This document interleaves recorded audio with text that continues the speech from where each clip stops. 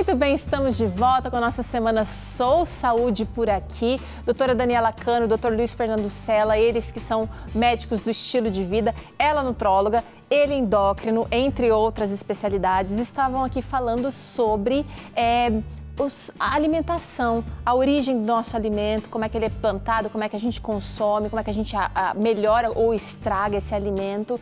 E eu já quero convidar você para dar uma passada nas redes sociais deles, que é a Sou Saúde lá no Instagram, @SouSaúde, SOW. Lá tem muito conteúdo para você deixar a sua imunidade em dia, para você dormir melhor, para você comer melhor, e você pode mandar sua pergunta direta para eles. Então, olha, SOW significa semear, semeador, e você pode acompanhar esse conteúdo valioso nas redes sociais.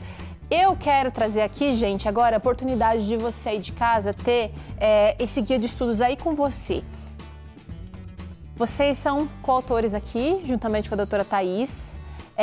Eu sei que tem muita pesquisa aqui, mas para mim o diferencial desse material é que a ciência está a favor da Bíblia. Ela serve a Bíblia comprovando aquilo que a Bíblia já revelou, ou dando mais detalhes das revelações da Bíblia, sabia? Tá duvidando? Então liga para cá e pede o seu guia de estudos para você entender qual é o plano de Deus para você e como é que a ciência tem demonstrado que esse é o melhor plano. Vamos lá? Pega o telefone e liga para cá, 0 operadora 12 21 27 31 21. Se você preferir o WhatsApp, manda para cá um texto, olha, quero um guia Fique Leve, no 12 98244 44 49. Dá para acessar também pelo QR Code que está aqui, ó. Isso, põe a câmera do seu celular aqui, vou esperar você, vai lá. E ao longo da programação aqui, você vai ver esse QR Code de vez em quando para você pedir o seu guia gratuitamente, tá bom? Vamos para a pergunta do dia, gente? Você que está assistindo a gente, qual é o seu maior desafio no preparo dos alimentos? Conta pra gente. Tem dúvidas e quer tirar aqui com a doutora Daniela, com o doutor Luiz? Aproveita, manda aqui para o nosso WhatsApp, que é 12... Vai lá, pega lá, 12 982660004. A gente também disponibiliza o QR Code para você. Você vai lá no nosso WhatsApp com ele. Então aproveita, tá bom? Pessoal, é o seguinte, vocês falaram do tipo de alimento, de como ele pode ser melhorado ou piorado. Vocês falaram pra gente sobre como a gente precisa desses alimentos para viver bem. Alimentação, é impossível falar de saúde se não falar de alimentação. E agora eu queria que vocês viessem aqui no nosso bonequinho, aqui no nosso esquema do Vida e Saúde, para falar dos órgãos principais envolvidos na digestão e como é que a partir da digestão a gente aproveita esse alimento. Não sei qual... Doutora Daniela, por favor, sim, vem para cá. Lá. Deixa eu chegar aqui, ó, gente. A gente tem que ver aqui que a digestão começa já na boca, Teru. Muita gente fala assim, eu tô com problema de digestão e quando eu vou ver os dentes estão tortos, não é? Ou não come direito, não mastiga direito. Então vamos virar um pouquinho aqui só para mostrar para eles que a gente então começa com os dentes, a digestão, a quebra do alimento já começa nos dentes. Na salivação também, a gente tem 6 glândulas aqui, né, debaixo da língua e do lado da língua. E a língua é um órgão, né, é um músculo que vai empurrar, então, a comida, depois que está bem mastigadinha, bem digerida, quebradinha, ela vai passar, então, num caninho que chama esôfago. Do esôfago, que está lá atrás do coração, né, vamos ver se dá para ver aqui. Ó, lá atrás está passando o esôfago, vai, então, para o estômago, que é aqui, ó, esse caninho aqui, ó. Essa bexiguinha, não é? Vamos deixar aqui do ladinho, ó. Pode deixar aqui. E aí, o estômago, então, ele normalmente, Teru, ele vazio, ele cabe 70 ml só. Imagina uma bexiguinha que cabe 70 ml de água. Mas espera aí, você é pequenininha. Sim. O meu estômago é maior que o seu, do Dr. Luiz é maior que o seu?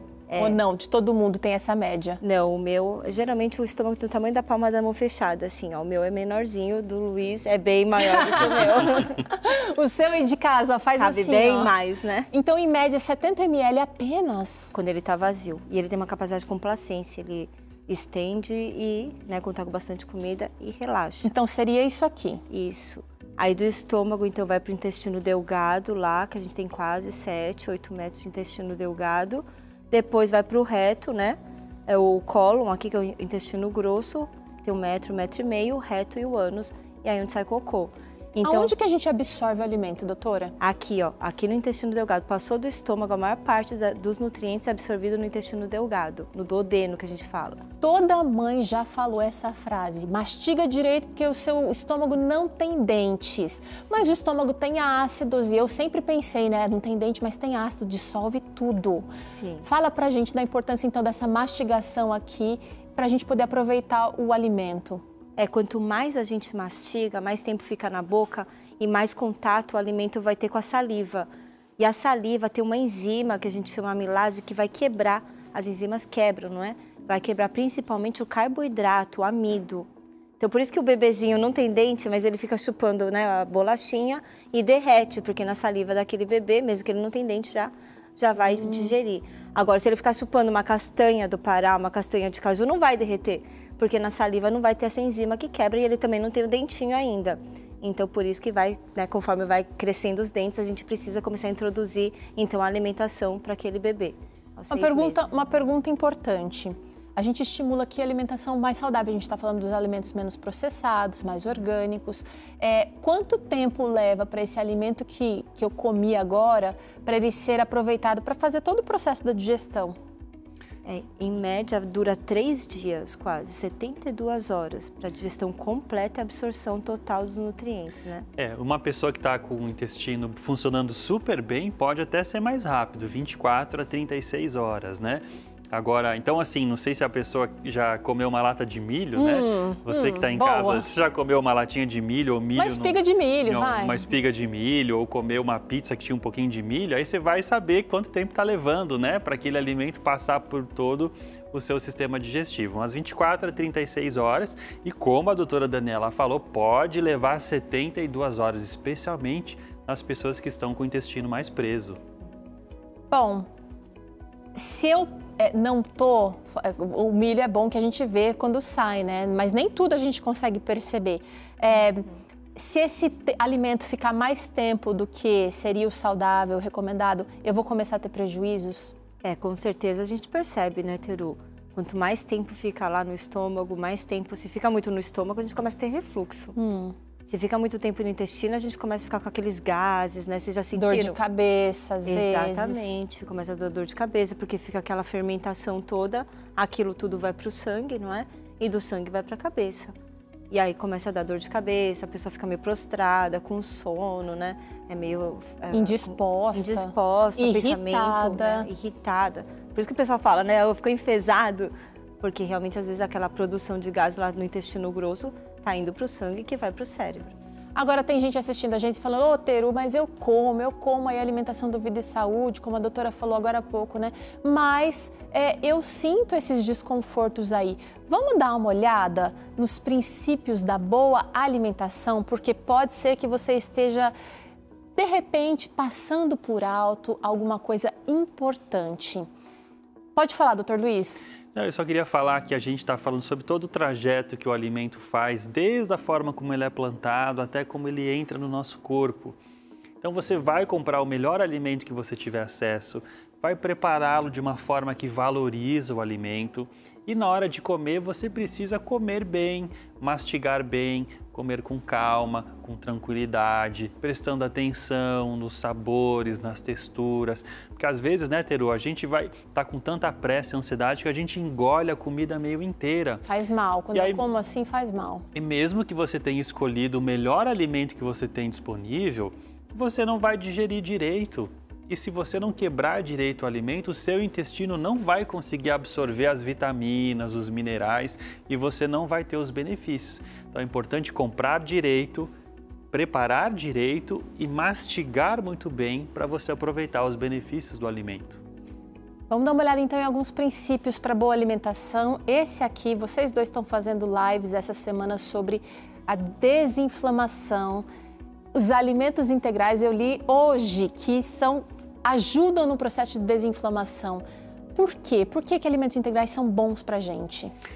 O nome já diz, né, Teru? Integral, eles são mais completos. Então eles têm, por exemplo, um grão integral, ele tem um carboidrato, ele tem as vitaminas, ele tem os minerais como o cálcio, ele tem gorduras, ele tem também a fibra, que é tão importante para o seu intestino funcionar bem. Então, quando você come o integral, você está comendo o alimento como Deus preparou esse alimento. Agora, quando esse grão é muito refinado, ele perde as fibras, perde as vitaminas, perde os minerais e você acaba comendo um alimento que é vazio em termos nutricionais. Ele não vai te dar todas as vitaminas e minerais que você precisa. É interessante que um alimento integral ele tem açúcar na proporção certa, fibra na proporção certa. Quando a indústria separa isso, a gente tem o açúcar concentrado ou a gordura concentrada e é isso que causa os problemas que a gente enfrenta. Doutora Daniela, é importantíssimo evitar os estimulantes. Como assim? Eu não preciso de um estimulante para me sentir mais acordada, mais animada para fazer as minhas coisas? Hoje está super na moda, né? O pessoal tomando café, né? Cada vez mais concentrado com o poder da cafeína, porque está cansado, porque não dormiu direito e vai tentar estimular com a cafeína. E o que acontece? Ou energéticos, né? Que tem cada vez mais concentração de cafeína. Isso acaba estimulando o seu sistema nervoso central, o seu cérebro, que já está cansado, a trabalhar mais ainda. E aí você vai perdendo cada vez mais concentração, vai perdendo cada vez mais energia e seu corpo vai pedindo cada vez mais a dosagem de estimulantes.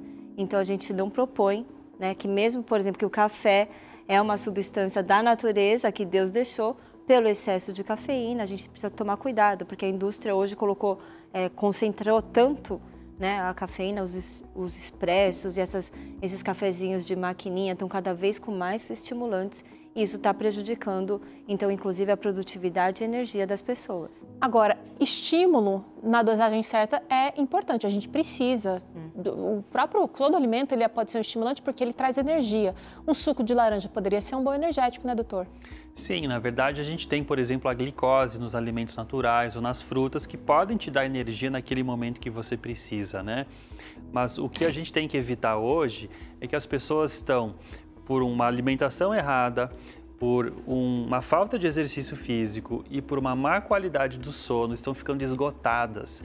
E aí elas fazem o uso abusivo desses estimulantes. Sabe aquela pessoa que diz assim, sem o meu cafezinho pela manhã eu não sou ninguém? Cuidado, hein? Se você está falando isso, alguma coisa está errada. Porque essa energia que você precisa não deveria vir de um estimulante externo. Ela deveria vir da sua saúde, da sua alimentação, do seu exercício e de um sono de qualidade. Agora eu vou trazer um assunto aqui que vai ser assunto de um programa aqui essa semana, que é a temperança. A alimentação ela também precisa ser temperante, ou temperada, né, sem excessos. Exatamente. Quer dizer que até um vegetariano pode estar cometendo, está se excedendo, doutora? Com certeza, assim como eu falei, né, Teru, eu tenho atendido muitas pessoas que teoricamente são saudáveis, são vegetarianas, mas mistura tudo no mesmo prato. Principalmente aqui no Brasil, que tem esses buffets a quilo, né, as pessoas querem comer tudo que vê na frente, porque pensa, né, tô pagando, então eu vou comer de tudo. Isso não é saudável, porque você pode atrapalhar a absorção dos nutrientes e pode ficar desbalanceado também. Então, tem gente que coloca tudo no mesmo prato, chia, linhaça, castanha, semente de girassol, semente de abóbora, e esse excesso também, às vezes até de gordura, né, não consegue mais absorver nada de nutriente, porque só tem gordura na dieta de tanta semente que está colocando junto. Então, precisa cuidar, né, mesmo sendo vegetariano. Eu também queria falar, Teru, que eu atendo muitas pessoas que falam, doutor, mas eu como tudo direitinho, não consigo emagrecer. Aí eu pergunto, quanto você usa de óleo ou azeite na sua casa? Lá em casa todo mundo adora azeite de oliva. Então a pessoa pega o azeite e rega, aquela alface fica nadando no azeite. Gente, azeite é saudável? Sim, mas tem bastante caloria também. Então mesmo as coisas boas têm que ser usadas com moderação. Então, os azeites, as castanhas, que são alimentos mais gordurosos, a gente sempre deve comer com moderação. Pense em tudo, gente. Aveia demais, se não beber água, que é o nosso próximo aqui item de princípio para uma alimentação saudável, vai dar ruim. Se não beber água com esse monte de fibra que a gente está falando para você comer aqui, a fibra é maravilhosa, né? Vai desinflamar o corpo, vai evitar vários tipos de câncer. Fibra, né, tem todo nos vegetais, nas leguminosas, aí, no feijão, na soja, no grão de bico. Mas se não tomar água, Teru, vai trancar tudo. Aquela gororoba toda vai ficar presa no intestino, né? Então precisa tomar muita água quando a gente vai introduzindo mais fibra, tá? É também importante a gente pensar e escolher os alimentos minimamente processados. O Dr. Luiz deu uma dica muito boa. Sim, Teru, a gente tem, por exemplo, Vamos pegar um exemplo, o milho. Você tem o milho da espiga, que é o alimento in natura, como Deus fez. Tá. Depois você tem o milho numa lata. Ele é minimamente processado, né? Como a gente já falou. E depois você tem o salgadinho sabor milho. Esse vai ser ultra processado. A gente quer evitar esses que são tão processados assim. Então, prefiro os alimentos in natura e aqueles que sofreram o mínimo processo industrial. Quanto mais próximo ele está do estado original da natureza, melhor esse alimento é para você. E quanto mais o ser humano botou a mão nesse alimento e através da indústria alterou a sua composição, pior ele vai ser para a sua saúde. Agora eu vou trazer aqui esse último que é super importante, que é prefira as proteínas de origem vegetal. Esse pode ser um assunto controverso para muitas pessoas, mas a ciência tem demonstrado de muitas maneiras que esse alimento, que é o alimento original de Deus para nós, é realmente capaz de suprir as nossas necessidades, é isso? Porque antigamente o pessoal falava que a proteína vegetal era uma proteína incompleta.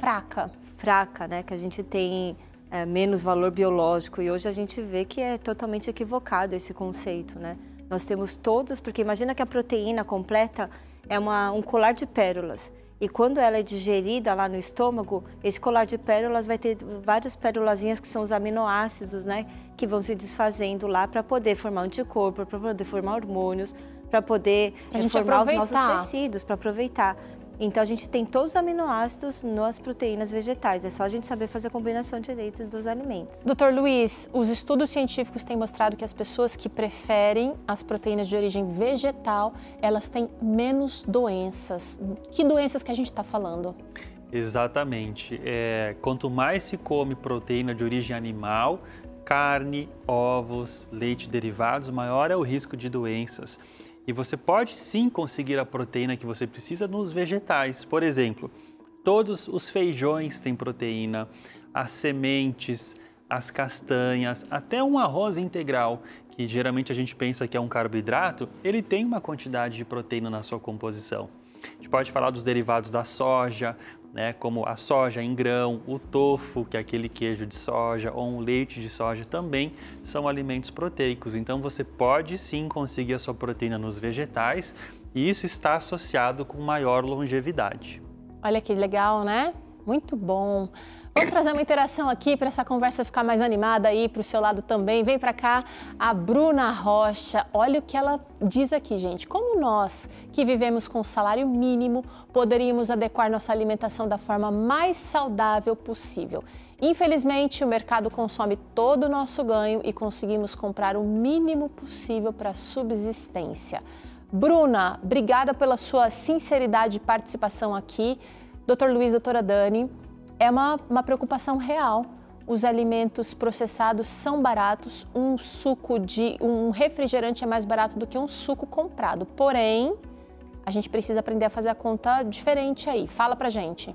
Teru, quando nós começamos a nossa carreira como médicos, nós trabalhávamos em comunidades carentes, lá em Santa Catarina, atendendo pacientes do SUS. E o que a gente percebeu? Que as pessoas, elas reclamavam, né, que não tinham dinheiro para comprar uma alimentação saudável.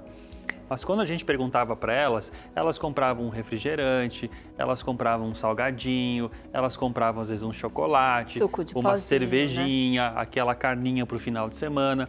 E o que a gente falou? Olha, vamos fazer uma mudança na sua compra.